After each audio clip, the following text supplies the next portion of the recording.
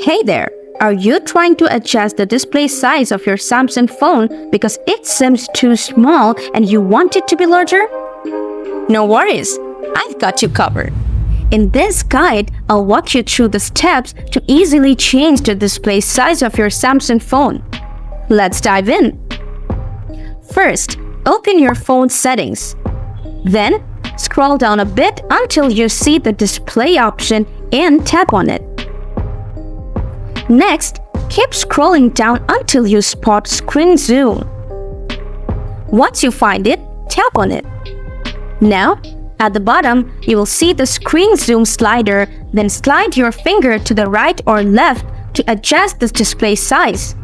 Go right to make it larger and left to make it smaller. And that's how you can tweak the display size on your Samsung phone. If you found this guide helpful, don't forget to give it a thumbs up.